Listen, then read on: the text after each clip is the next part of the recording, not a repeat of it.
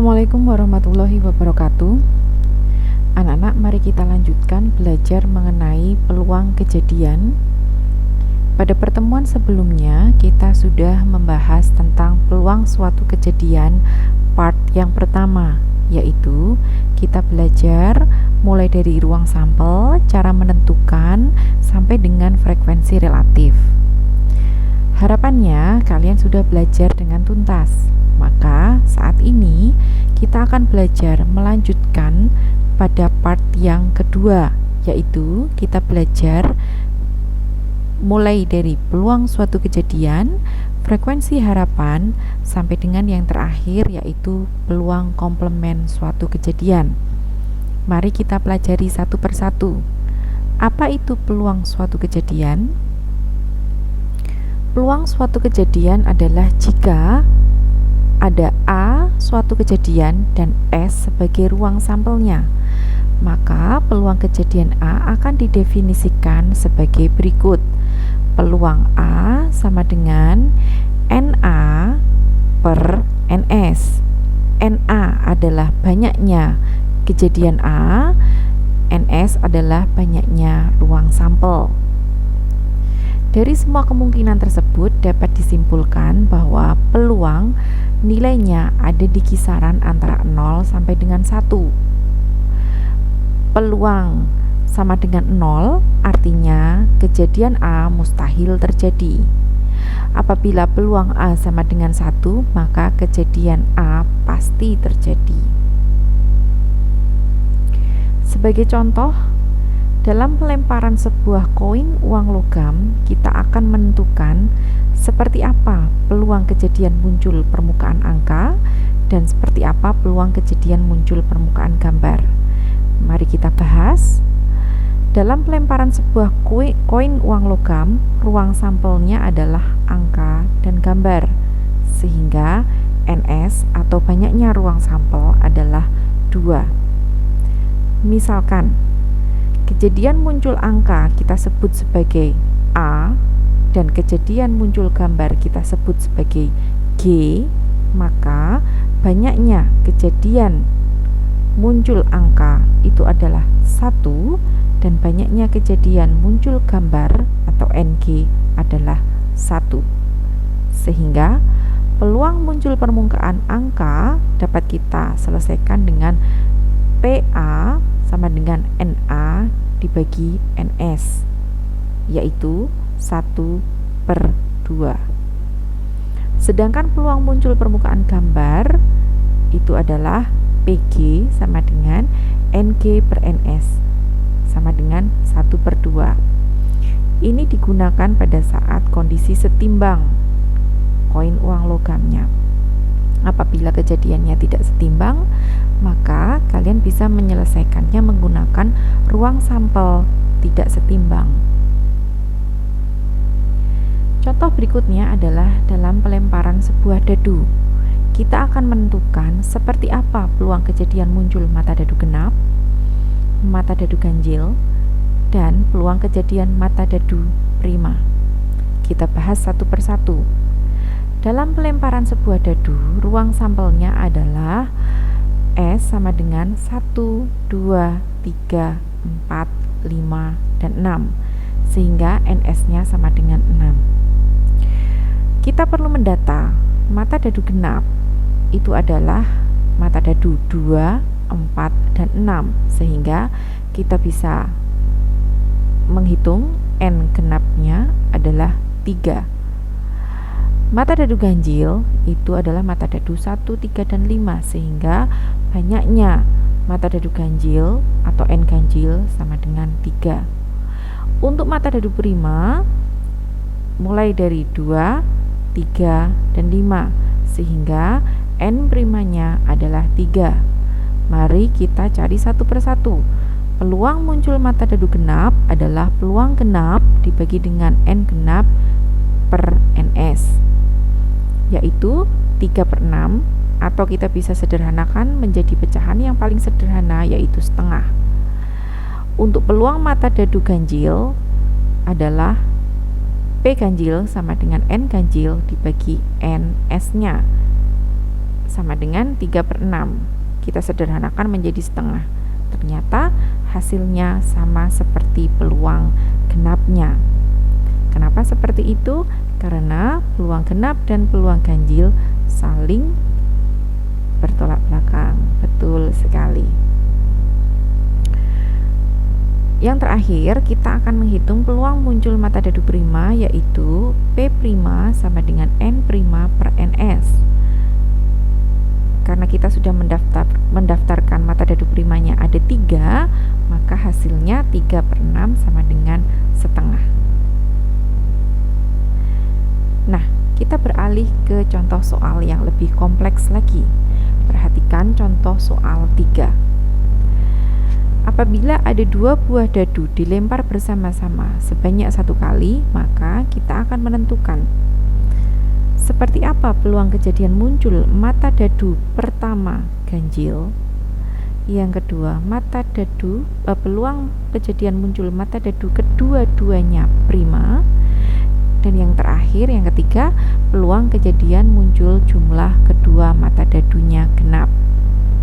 Nah, untuk nomor 1 dan nomor 2 kita perlu mendaftarkan hal yang mungkin terjadi pada saat pelemparan 2 buah dadu secara bersama-sama, yaitu bentuknya adalah daftar hasil pelemparan.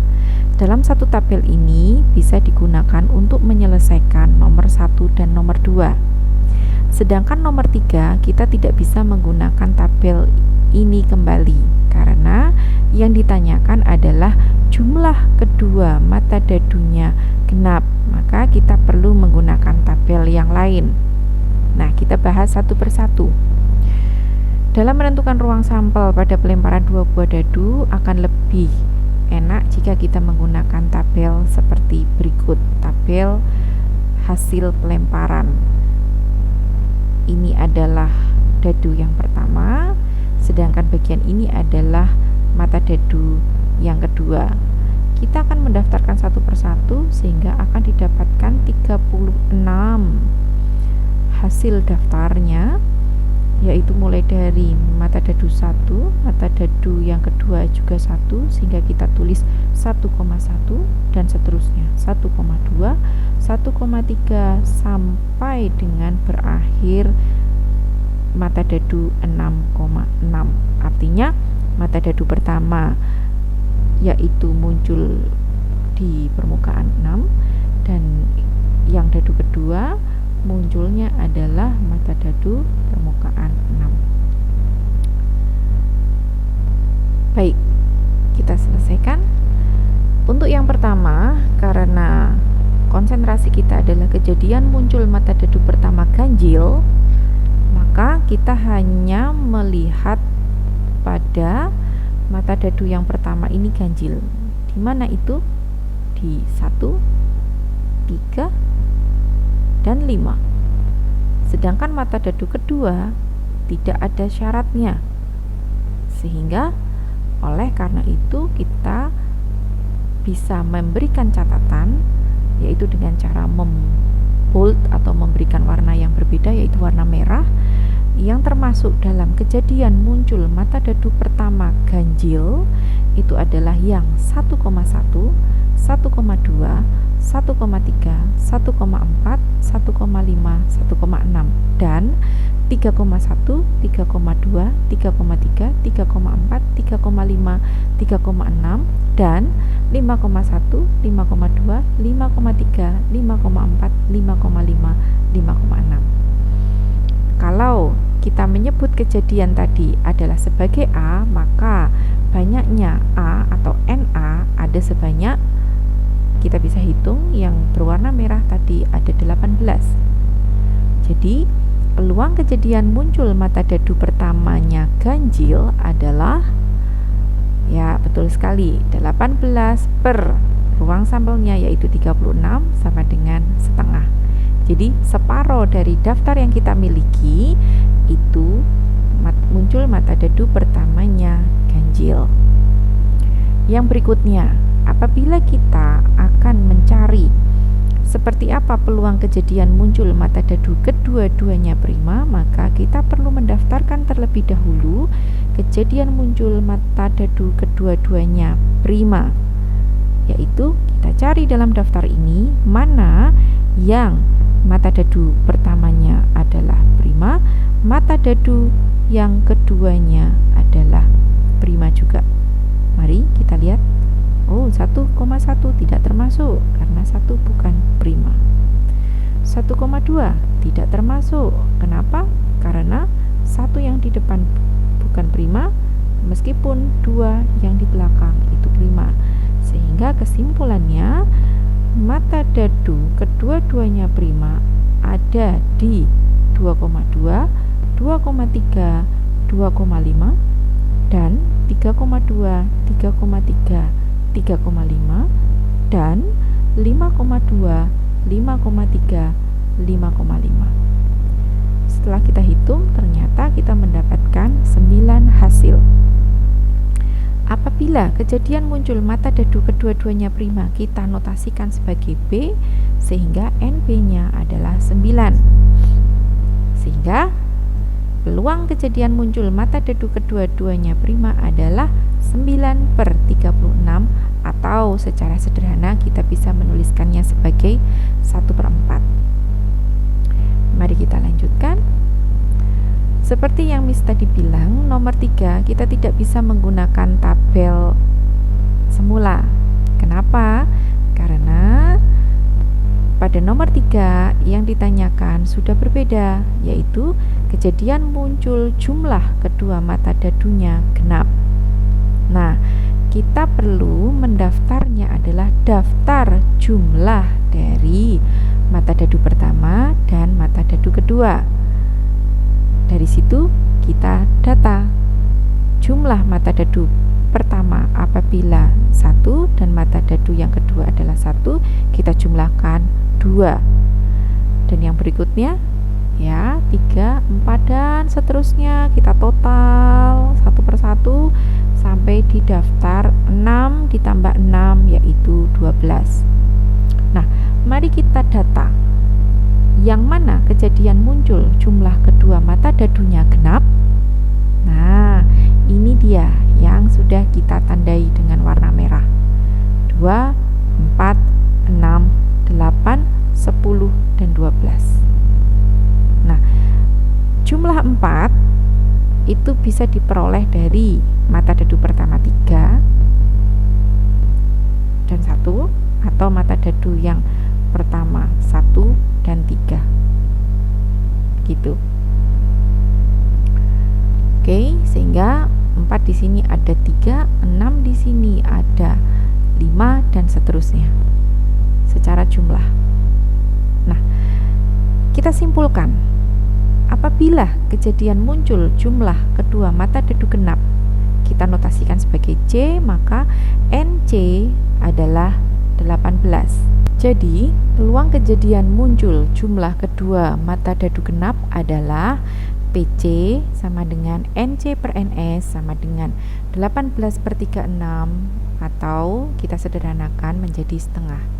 Kesimpulannya adalah setengah dari daftar ini adalah jumlah kedua mata dadunya genap. Baik, kita beralih ke frekuensi harapan. Apa itu frekuensi harapan? Frekuensi harapan adalah hasil kali peluang suatu kejadian dengan frekuensi atau banyaknya percobaan. Jadi dalam suatu percobaan kita boleh berharap berapa banyaknya peluang yang akan muncul, yang akan terjadi. Sebagai contoh, sebuah dadu berisi 6 permukaan dilempar sebanyak 100 kali. Tentukan frekuensi harapan muncul mata dadu genap. Caranya, seperti kita tahu, peluang kejadian mata dadu genap adalah setengah. Nah, pembahasan ini sudah ada di sebelumnya, slide sebelumnya. Karena dadu tersebut dilempar sebanyak 100 kali, maka frekuensi harapan muncul mata dadu genap adalah FA sama dengan PA dikali N. Karena tadi peluangnya adalah setengah, dan kita melempar sebanyak 100 kali, maka setengah dikali 100 yaitu 50. Artinya 50 harapan muncul, mata dadunya genap. Oke, baik. Yang terakhir, peluang komplement suatu kejadian. Komplement sama artinya adalah kebalikannya. Kalau komplement suatu kejadian A terjadi, maka sama artinya peluang kejadian A itu tidak terjadi. Komplement dari A ditulis sebagai A aksen atau AC.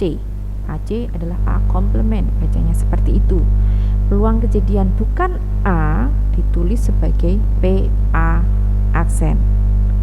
Cara mencarinya cukup mudah.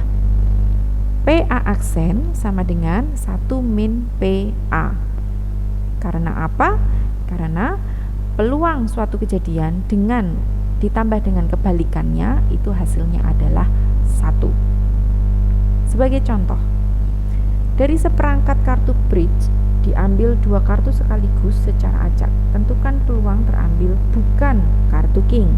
Maka kita bisa mencarinya melalui, pertama, kita cari terlebih dahulu peluang terambil kartu king, baru setelah itu akan didapatkan hasil peluang terambil bukan kartu king. Oke. Dalam seperangkat kartu bridge itu ada 52 kartu. Artinya ruang sampelnya adalah 52. Misalkan saja kejadian terambil kartu king kita notasikan sebagai A, maka perlu diketahui bahwa dalam seperangkat kartu tersebut ada 4 kartu king, sehingga NA-nya adalah 4. Sementara itu, peluang terambil kartu king bisa kita hitung, yaitu 4/52 atau 1/13. Ini bukan jawaban dari pertanyaan yang ada di contoh soal. Kenapa? Karena pada contoh soal yang ditanyakan adalah peluang terambil bukan kartu king. Oke, sehingga kita bisa pakai peluang komplement suatu kejadian. Kalau peluang terambilnya kartu king aja 1/13, maka peluang terambil bukan kartu king kita dapatkan dengan cara 1 dikurangi 1/13. Hasilnya adalah 12/13. Nah, begitu penjelasan mengenai peluang komplement suatu kejadian.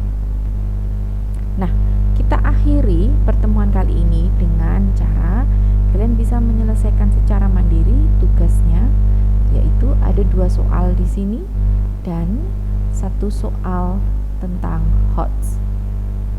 Oke, kalian selesaikan tugas yang wajib adalah nomor 1 dan nomor 2. Soal HOTS sebagai soal tambahan. Apabila kalian merasa mampu, silahkan mencobanya ya dengan kemampuan kalian, dan kita akan membahasnya di pertemuan yang akan datang. Sekian dari Miss Winda, terima kasih. Wassalamualaikum warahmatullahi wabarakatuh.